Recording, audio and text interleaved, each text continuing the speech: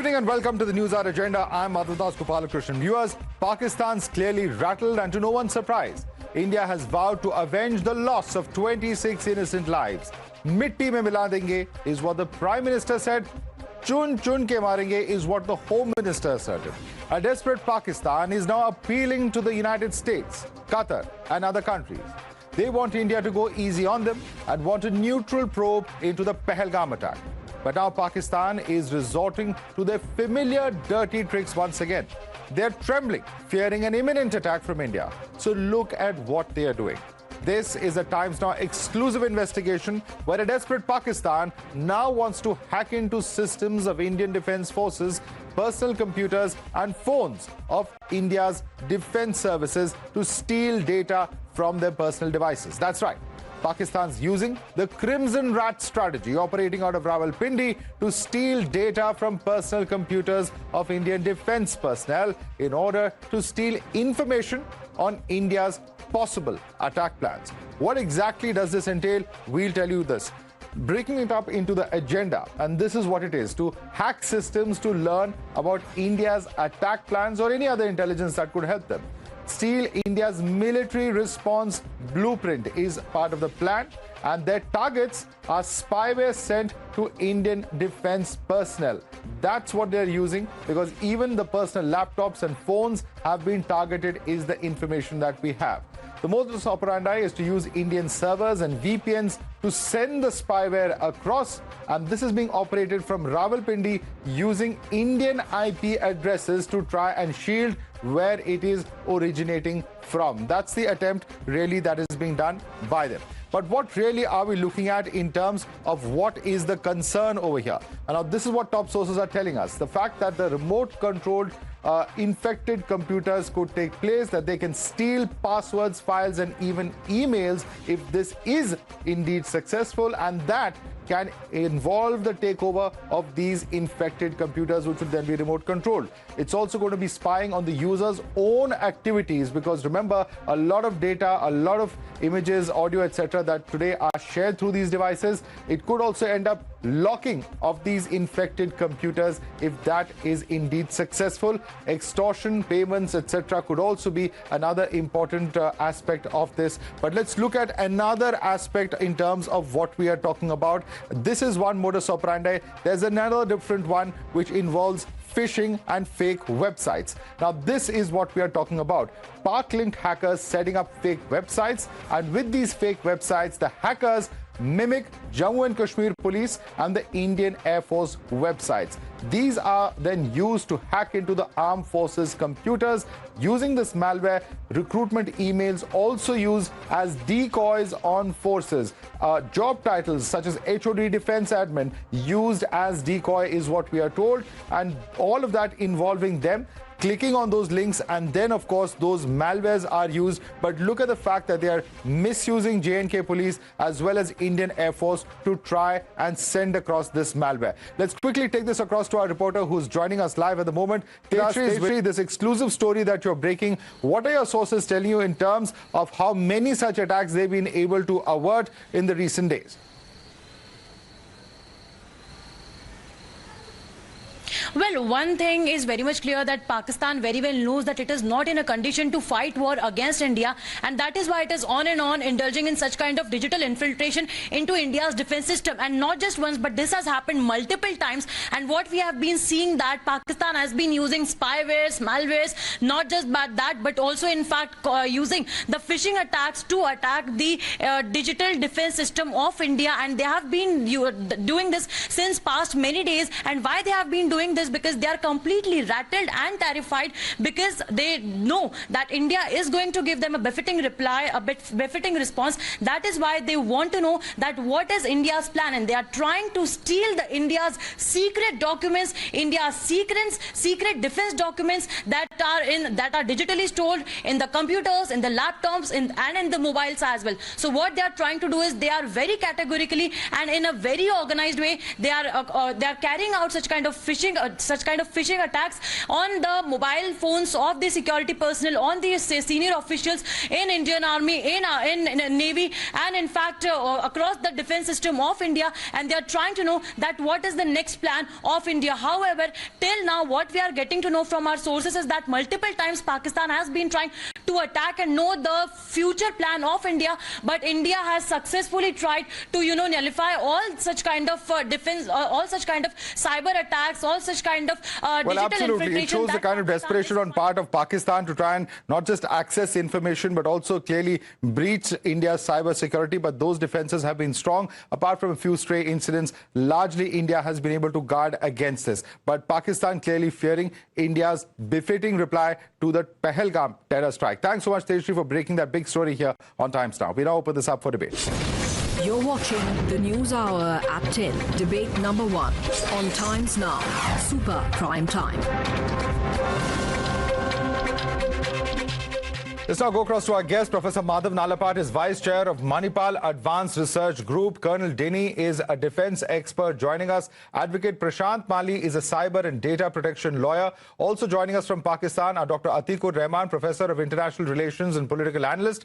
Fakhr Yousafzai is a senior journalist joining us from Pakistan. Also with us from Pakistan is Azaz ul Haq Abbasi. He's a president of the Islamic Youth Alliance. Thank you so much, gentlemen, for joining us this evening. But Professor Nalapat, it's not an unfamiliar script. We have heard of cyber attacks attempted from the side of Pakistan, but for a few stray government websites, etc., by and large, they have been unsuccessful. But what's very important is that they're using malware, they're using phishing, and also impersonating other governmental organizations and defense organizations in their bid to extract any kind of information that they can, any kind of information that would hack devices. And that's really showing the kind of desperation on the side of Pakistan.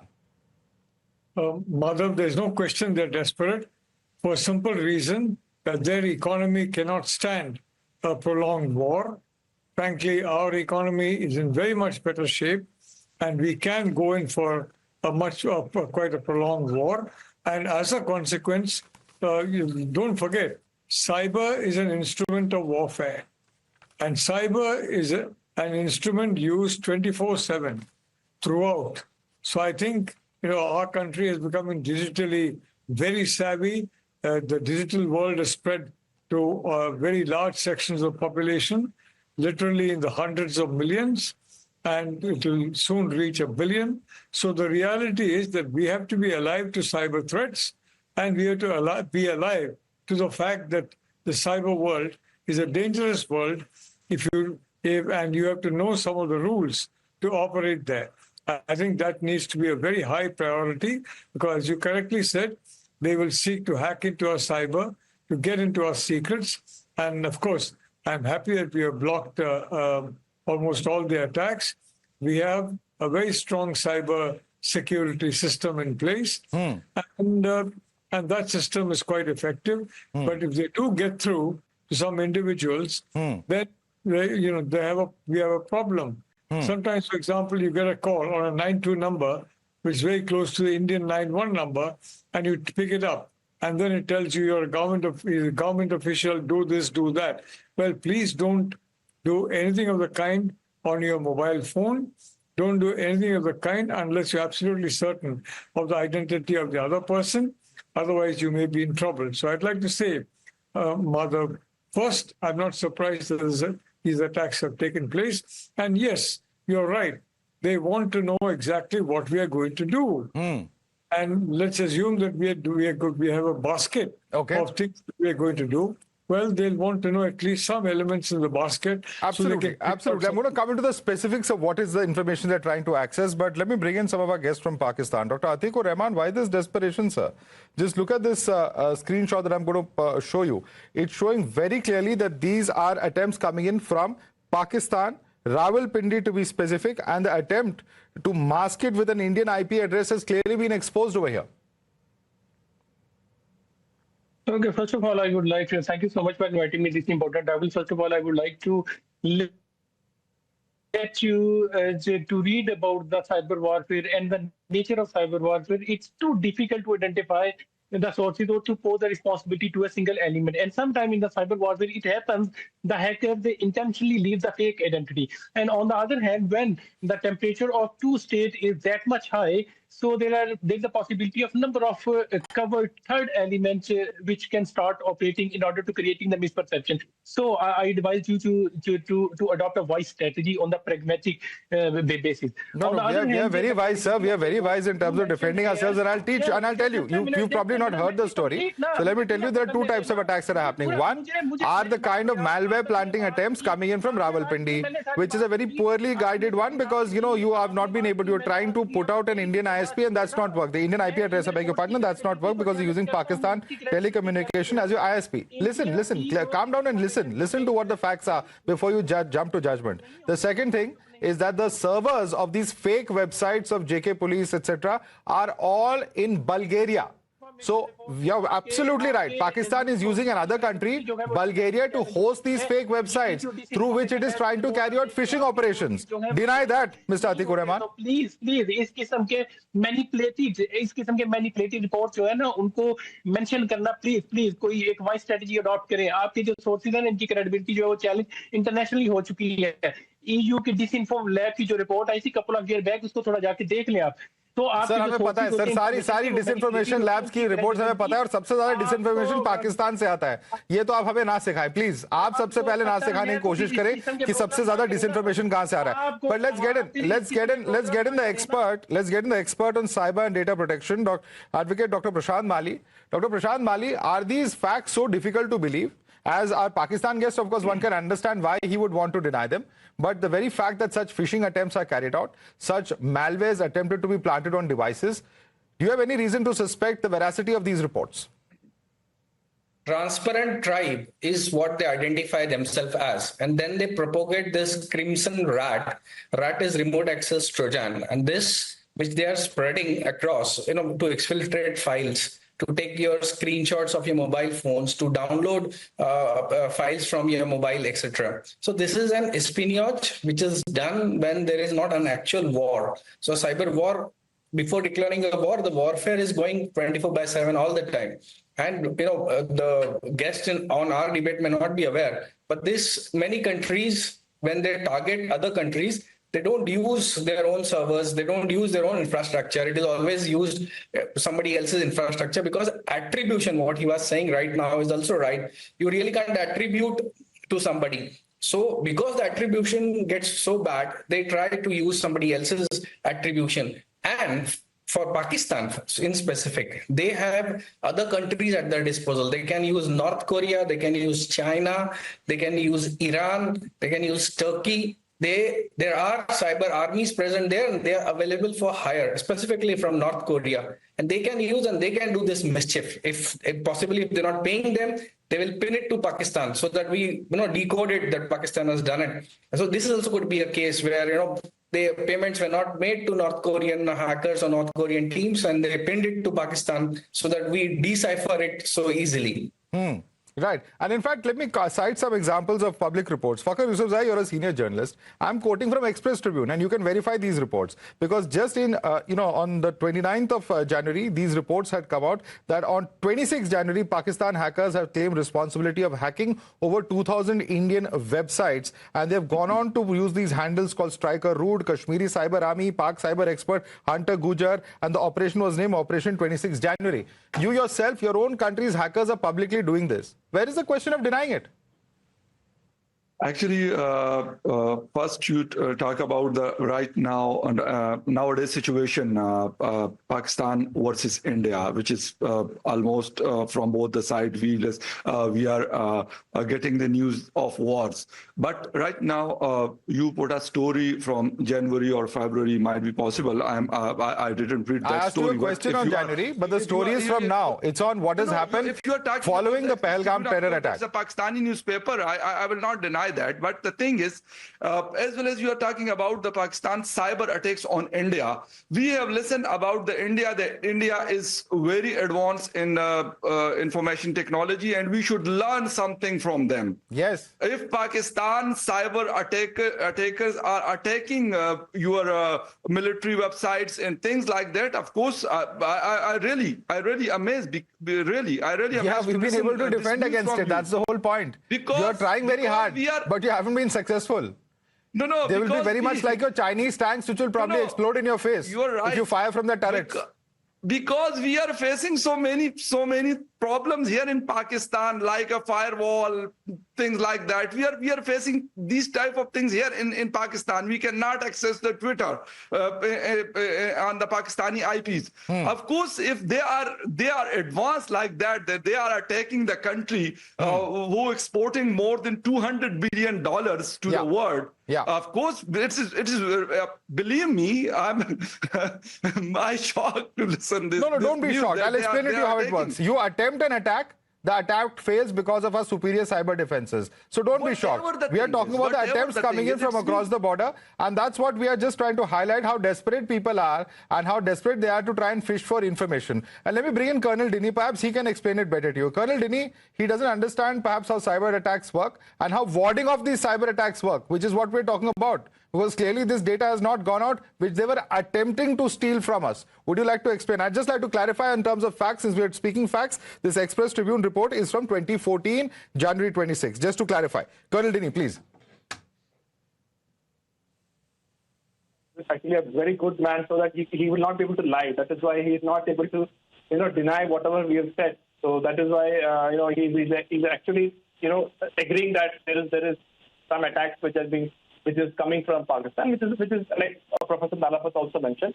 These are not things which we are surprised. These are things which is always happening around the clock against India for a very, very long time, and we know that cyber warfare is one of the means by which Pakistan Army feels that they can achieve parity with the Indian forces. Cyber is one form of warfare which they always employ, and at this particular time when there is a sort of heightened tension between the two countries, it is natural that they will do all sorts of things, possibly to get whatever information they can.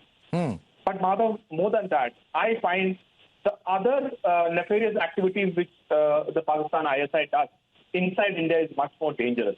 They use our social media and carry out information warfare to create divisions within our country, where we are fighting or they want us to fight between religions, between castes and, between language, wherever you see. Now, a classical example was when the CA bill, the Citizen Amendment Act bill came. There was a plethora of, fake information moving around. And when we trace back, everything went to Pakistan and Pakistan-related handles and Pakistan-related, agents. So It is very clear this particular part. Yes, it's a thing which will happen. But more than that, what each and every one of India is directly or indirectly involved is the information warfare unleashed by Pakistan ISI for a very long time. That I feel is much more dangerous than these cyber attacks. The government has actually taken steps. They've actually cut down a number of these YouTube channels which are spreading fake news against India, particularly the last few days, calling it false flag operations, etc. But let me bring in Azazul Haq Abbasi. Azazul Haq Abbasi, kya ye desperation hai? If there is a war tomorrow, that you will somehow be able to evade that, a conventional war, by launching these kind of cyber attacks. Is that the ultimate idea? And doesn't that show desperation then? First of all, thank you very much to having me on your show and allow me to share my perspective with your audience. I think in a lot of things, Indian media is exaggerating. If for a few minutes, if we, agree with your sentencement and your allegation, I think there are a lot of IT universities in Rawalpindi. Some of their students try to just kidding with you, because in this situation, Pakistan are just enjoying your threats. When Pakistan's IT expert will attack your IT system, you will not be able to know who attacked your system. So don't worry. So you're not Yes, denying that this is wonderful. We have two guests from Pakistan with two completely divergent views. In fact, Dr. Atiur Rahman, you should actually be responding to Azal ul Abbasi, because you were, of course, in denial that any such attack is happening. He is saying कि भाई हम करेंगे तो आपको इतना impact पड़ेगा. He's actually threatening a cyber attack. Please make up your mind. What is the position of Pakistan? Just a minute. I am not telling you. I am The report you are telling you that mentioning, maybe this report was published. Please. Getting with you. Please, just can you recall when this report, the report you are mentioning? Yes, I'm going to when read it out was to you. published? I'm going to read out to you a 2024 report. And this is, one second, just hold on, just hold on. I'm reading out to you a 2024 research by Canadian cybersecurity firm BlackBerry Research and Intelligence Team. These have suggested that Indian government and defense aerospace sectors were allegedly targeted by a suspected Pakistan-based hacking group between late 2023 and April 2024. So this is out there. You can Google it. You can find out. It's well published in different numbers. And the fact that Pakistan has been carrying out these cyber strikes is not new. The fact that you've not been very successful, except for maybe defacing some few, home pages somewhere here and there, that's about all you've been able to do. And I'm from academia. I must suggest you to just read the nature of the cyberspace.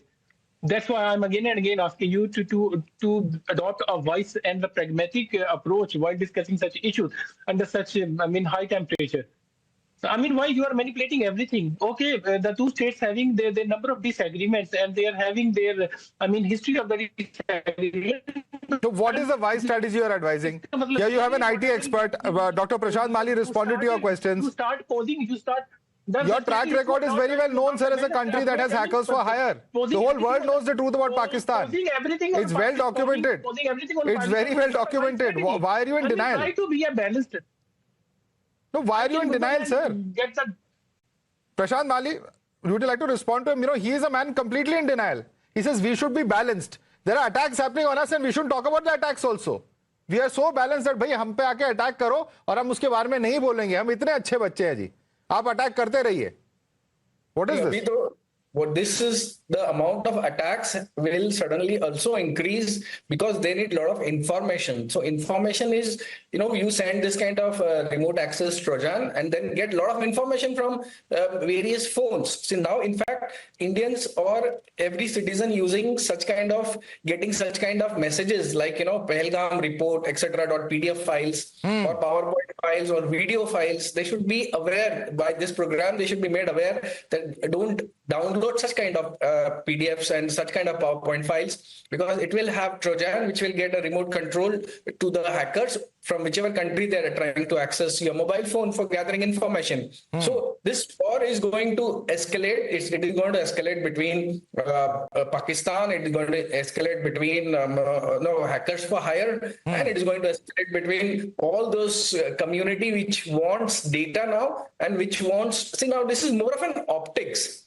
Defacing some websites doesn't make so much losses to our country. Right. It is an optics, it becomes a news.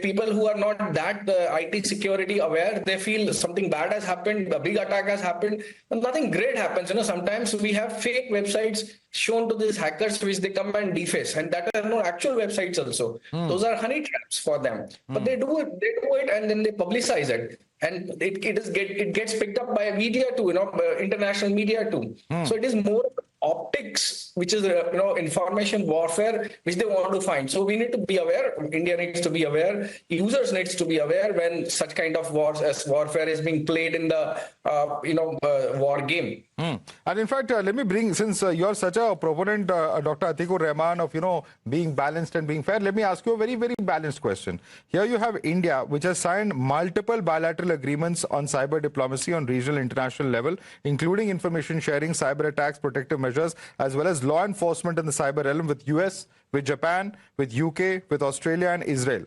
Pakistan, on the other hand, despite being a part of the international multilateral partnership against cyber threats, the cyber security executing arm of ITU has not concluded any international cyber security agreements and lacks collaborative public-private partnership. Does this not reveal your weakness and your commitment to ensuring that there is cyber security at a diplomatic level? It's inappropriate to say that the weakness. We know we are investing in our IT sector. We know our IT sector needs the more investment and the more concentration of the official policy maker, then we are doing that. On the other hand, we do not rely on the dual approaches. Once on one side, you are just signing the bilateral agreement and becoming the part of the multilateral digital framework. The reports of your covert and the well-established disinformation network around the globe to serve the You're not making any sense. Why haven't you signed these agreements with any country? Strategic interest, so the manipulated. No, I've asked you a very simple question. You're obfuscating it with everything under the sun except for the question that I asked you.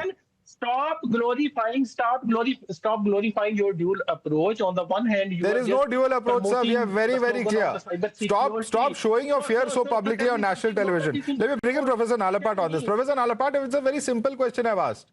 India has these agreements when it comes to cyber security with multiple countries as read out. Pakistan doesn't seem to have any. And that clearly shows because they are a country that repeatedly violates these cyber security agreements. In the past, they're known to be a country where hackers thrive. And internationally, they are used. You know, there are n number of, spy stories about what exactly has happened from Pakistan and how they've misused the hackers there. Would you like to educate Dr. Atikur Rahman about his own country and its own track record? Look, I am convinced Dr. Rahman knows exactly what's happening in his country.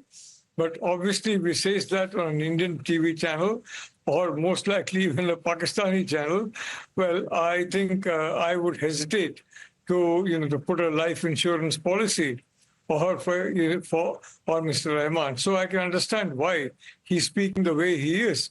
The fact is, Madhav, there was an effective declaration of war with the Pahalgam attack. And there is enough evidence available which is being shared in confidence with our security partners. The major democracies are there. Japan is there. US is there. Other important countries are there in Europe as well. And it's being shared with them. The reality of the situation is that, yes, you may have some news channels and some news media that fall for this. I'd like to give a warning to everybody in India, especially in the media. Be careful. There are people who are going to say that we are commentators on this, commentators on that, from countries that are hostile to India, China, Pakistan, etc., etc. These are the two main countries. And then they will say that we would just like to put our point of view across. For balance, don't you think you should carry it? Well, yes, that strategy, Professor Nalapat, of being balanced when it comes to Pakistan-sponsored terror, that has certainly cost lives. A message has to go down is the feeling amongst common Indians, and certainly Pakistan will have to pay is something that has been cited by our leaders repeatedly. Perhaps that's what's leading Pakistan to carry out all of this. Professor Madhav Nalapat, Colonel Dini, Advocate Prashant Mali, Dr. Atikur Rahman, Fakhr Yusufzai, as well as Azaz ul Haq Abbasi, thanks so much for joining us this evening.